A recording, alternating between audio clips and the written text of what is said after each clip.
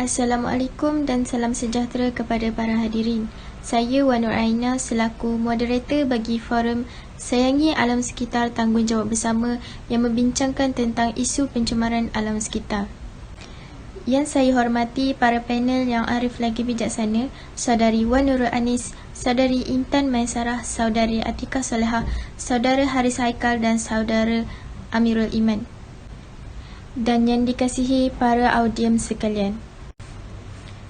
Pencemaran alam sekitar boleh didefinisikan sebagai suatu perkara yang mengotorkan alam sekitar sehingga boleh menjejaskan ekosistem. Jadi, tanpa melengahkan masa lagi, ayuh kita menyelami dengan lebih mendalam tentang isu pencemaran alam sekitar yang akan dibentangkan oleh Saudari Wan Nurul Anis. Dipersilakan. Terima kasih saudari moderator. Assalamualaikum dan salam sejahtera kepada sidang hadirin hadirat yang dihormati.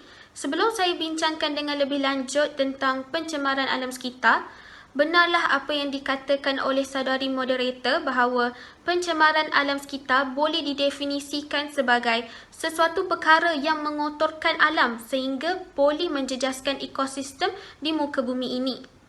Pada era globalisasi ini, negara kita semakin maju dengan adanya pelbagai projek sosioekonomi yang dijalankan begitu pesat untuk meningkatkan taraf pembangunan negara. Namun kita alpa tentang kesan terhadap alam sekitar yang boleh membahayakan bukan sahaja manusia, malah haiwan dan juga persekitaran di sekeliling. Pencemaran alam sekitar telah menjadi satu isu yang tidak dapat dielakkan oleh negara kita. Terdapat beberapa jenis pencemaran alam sekitar yang sering berlaku di negara kita, antaranya ialah pencemaran air, pencemaran udara dan pencemaran bunyi. Hal ini menyebabkan banyak isu pencemaran alam sekitar yang berlaku di Malaysia. Sebagai contoh, pencemaran sisa kimia Sungai Kim Kim yang berlaku pada tahun 2019 yang berpunca daripada pembuangan sisa kimia di Sungai Kim Kim di Pasir Gudang, Johor. Dengan ini, berlakunya kejadian sesak nafas, loya dan muntah yang menjejaskan seramai 6,000 orang dan 2,775 orang yang menerima rawatan pada tahun tersebut. Selain itu, pada Ogos 2005, kebakaran hutan di Sumatera dan Kalimantan menyebabkan keadaan jerebu yang agak teruk di pantai barat semenanjung Malaysia, terutamanya di sekitar Lembah Kelang.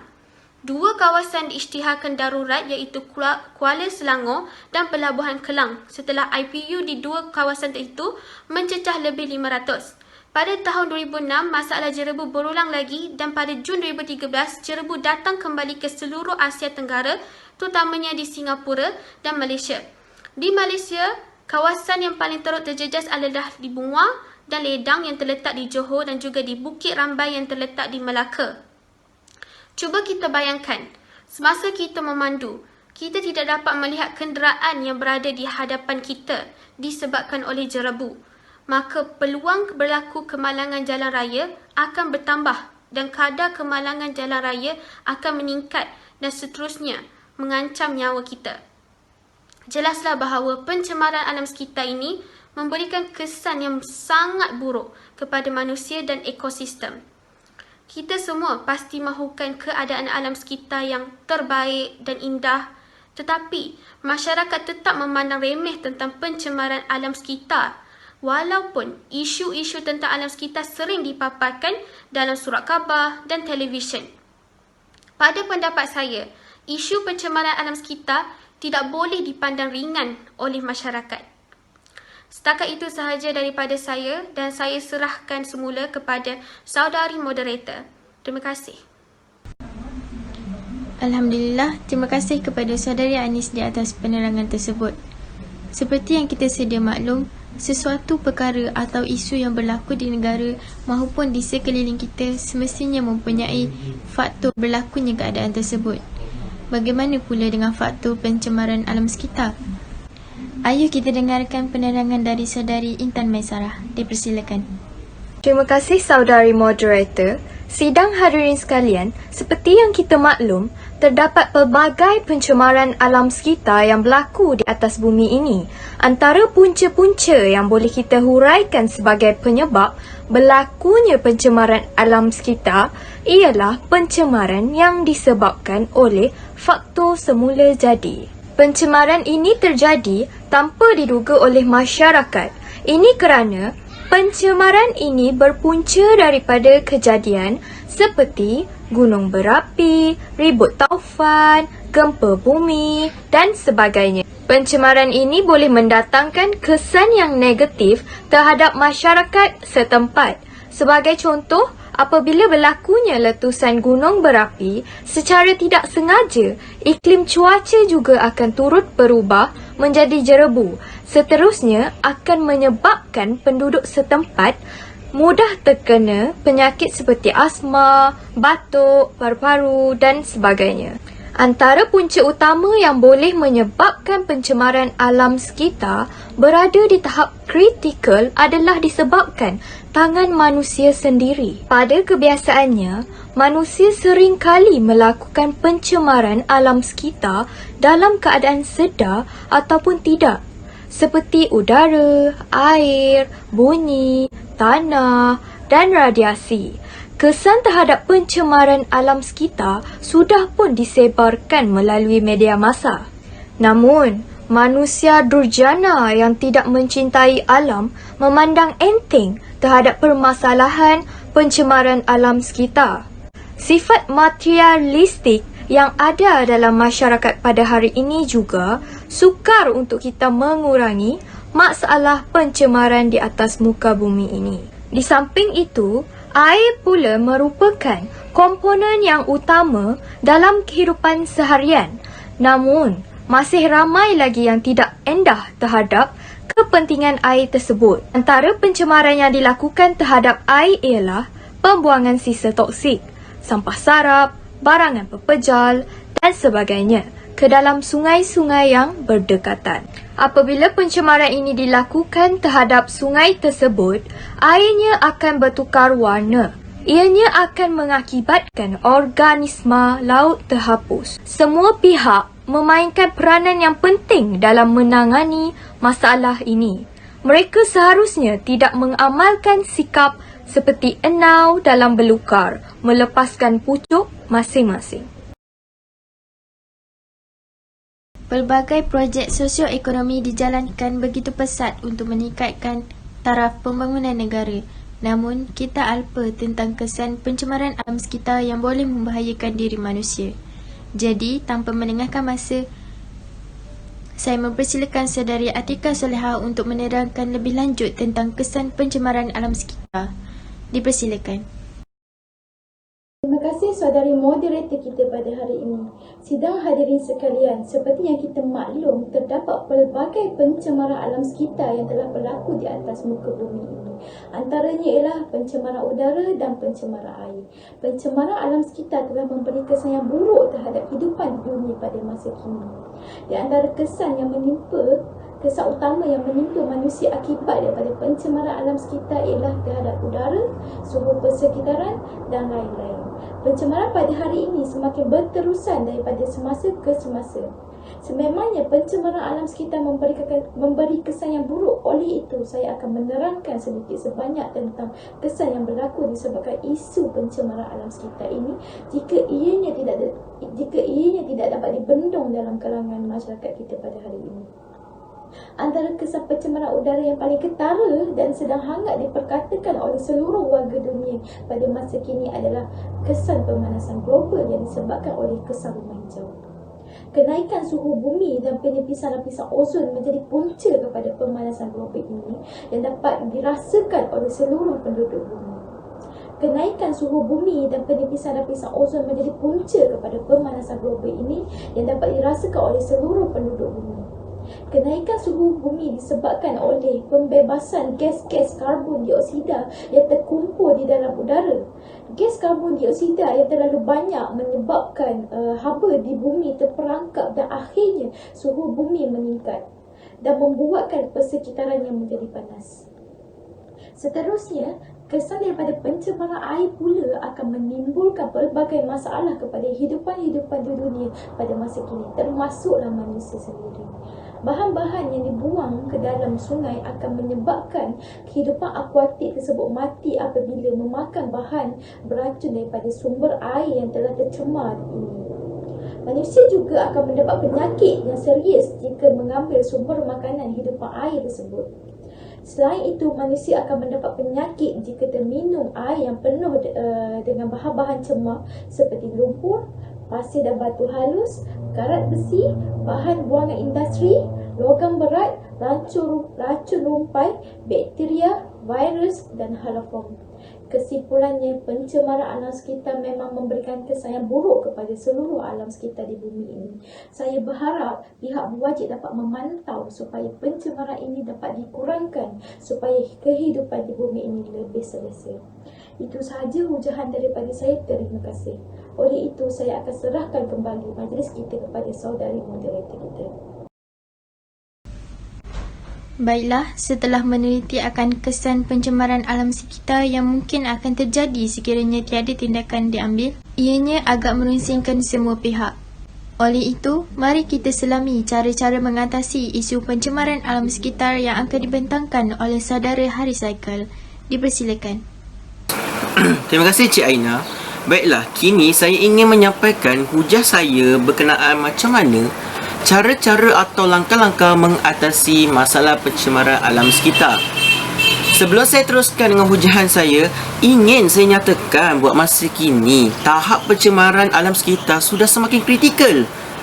Puluhan individu yang langsung tidak bertanggungjawab sanggup merosakkan alam sekitar yang kita cintai ini. Dunia kini semakin tenat dan merosakkan, jadi pihak kerajaan, masyarakat dan individu itu sendiri perlu sentiasa peka dengan keadaan semasa kita. Sehubungan dengan itu, saya ingin nyatakan empat langkah untuk mengatasi masalah pencemaran alam sekitar. Pertama sekali, pihak kerajaan perlu mengetatkan akta atau undang-undang alam sekitar bagi mengekang masalah pencemaran yang semakin meruncing. Sebagai contoh, denda minimum bagi isu pencemaran air iaitu RM200,000 Malaysia perlu dinaikkan dengan kadar yang lebih tinggi. Kerajaan juga perlu meminda Akta Kualiti Alam Sekeliling 1974 dengan kenaikan kadar minimum dan maksimum kompaun kepada pesalah. Selain itu, langkah-langkah mengatasi masalah pencemaran alam sekitar dengan pihak kerajaan perlu mengetatkan lagi kawalan dan memburu pihak yang tidak bertanggungjawab ini dengan kadar yang segera.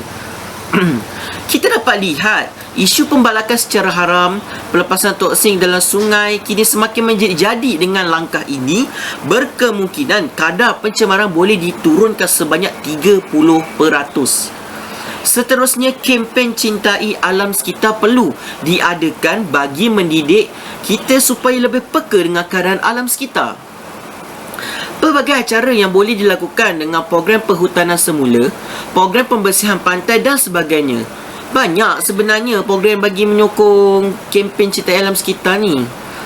Langkah yang seterusnya, maafkan saya, langkah yang terakhir ialah sebagai individu yang bertanggungjawab, wajiblah mempunyai kesedaran terhadap kebersihan alam sekitar.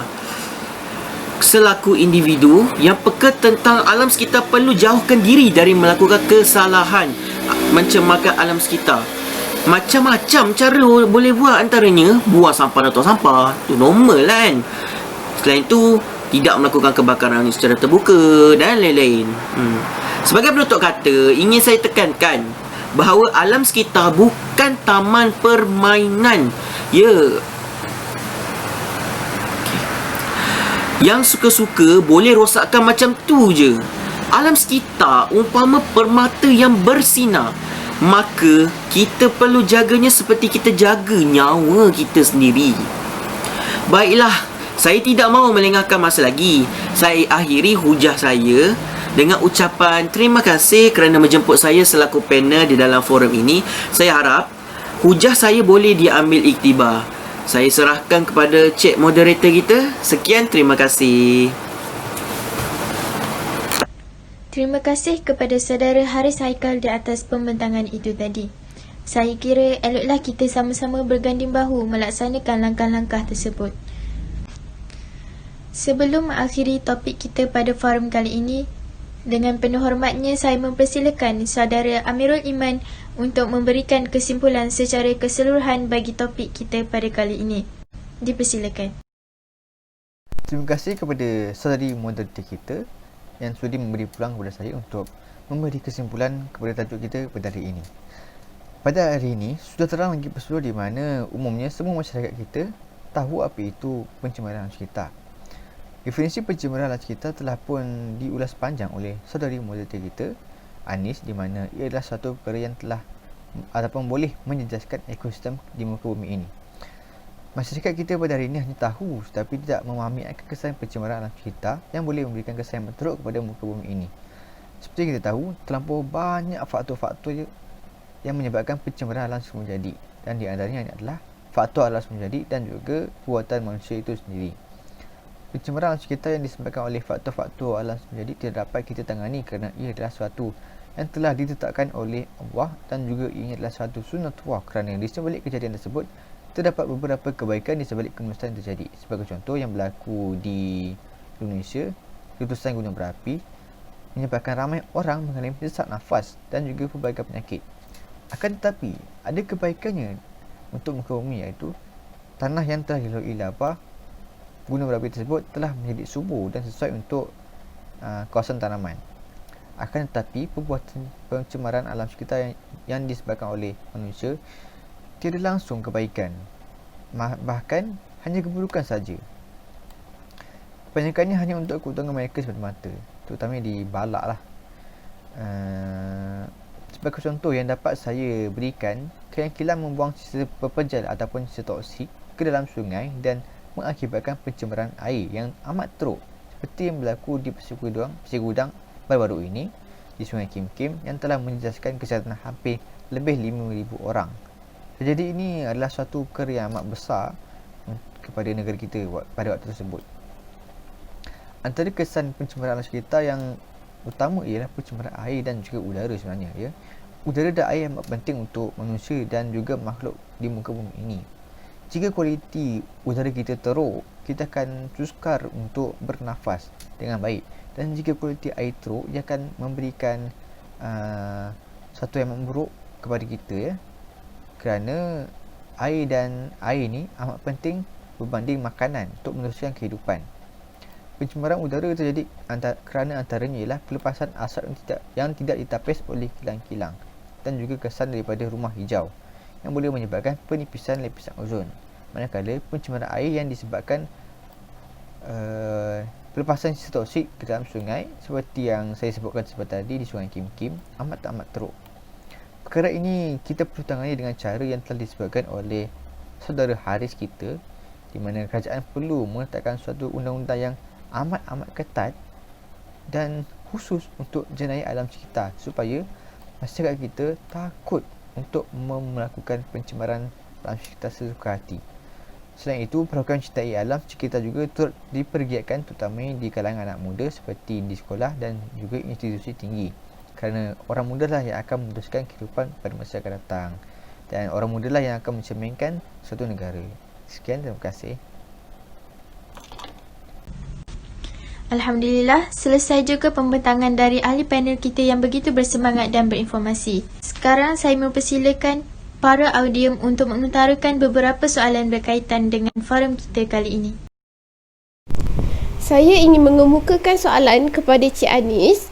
Apa yang kita semua tahu, pembuangan toksik di laut akan mencemarkan air, tapi adakah kita mempunyai solusi lain untuk membuang toksik tersebut? Terima kasih Amalia di atas soalan yang diutarakan. Betul, pembuangan sisa toksik di laut akan mencemarkan lautan. Hal ini akan berlakunya pencemaran air yang akan menjejaskan hidupan akuatik. Solusi lain bagi kilang-kilang untuk membuang sisa-sisa dari kilang ialah bergantung kepada jenis buangan tersebut. Jika sisa tersebut boleh dikitas mula, maka ia perlu dibuang di tempat khas untuk dikitas mula. Manakala, bagi bahan toksik pula, terdapat tempat khas yang telah disediakan oleh Kerajaan Malaysia, iaitu di tempat pembuangan sisa kimia di Negeri Sembilan. Itu sahaja daripada saya dan saya harap jawapan saya dapat memahami awak. Terima kasih. Baik, nampaknya kita masih ada masa yang berbaki. Ada apa-apa pertanyaan lain? Saya Husna. Saya ingin bertanyakan soalan kepada saudara Iman. Okey, penipisan lapisan ozon juga merupakan salah satu pencemaran alam sekitar. Bolehkah saudara terangkan dengan lebih lanjut tentang kesan-kesan penipisan lapisan ozon itu?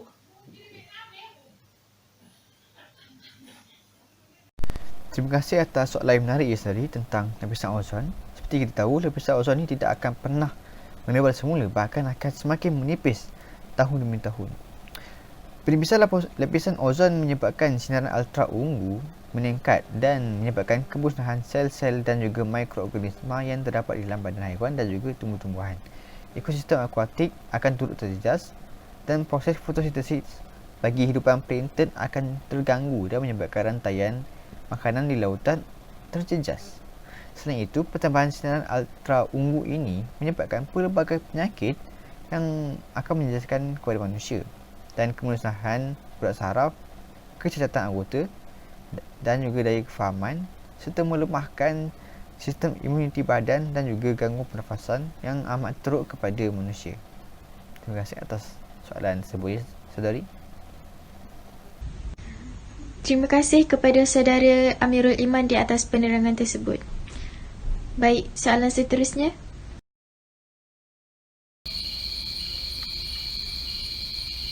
Assalamualaikum.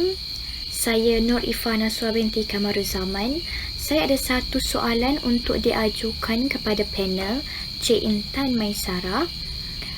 Apakah jabatan yang bertanggungjawab dalam menangani isu pencemaran alam sekitar dan apa bidang tanggungjawab dan peranan jabatan tersebut?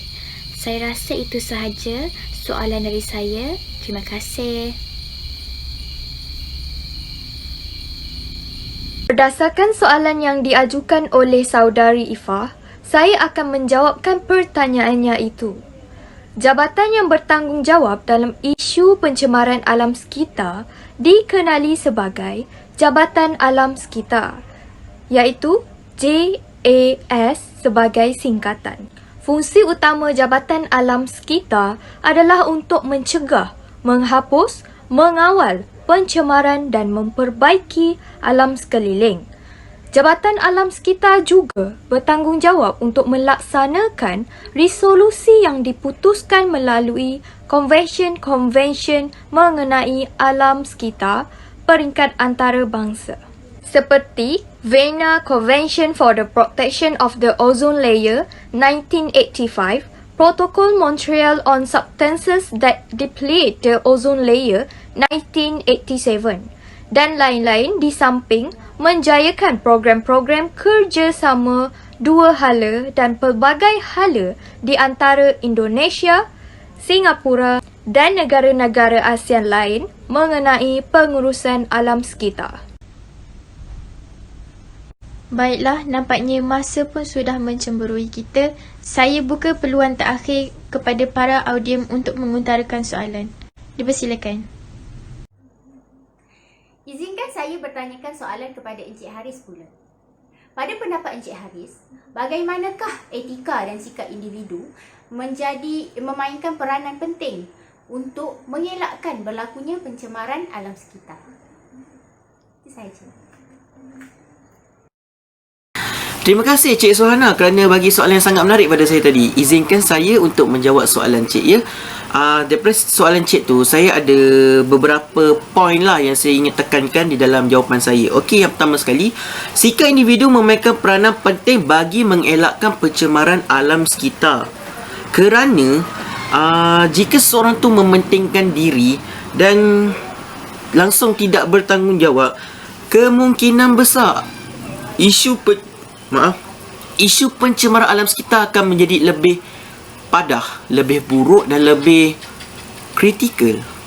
Jadi, selaku individu, kita perlu mengamalkan sikap saling menasihati kepada mereka yang belum terdedah dengan situasi yang terkini.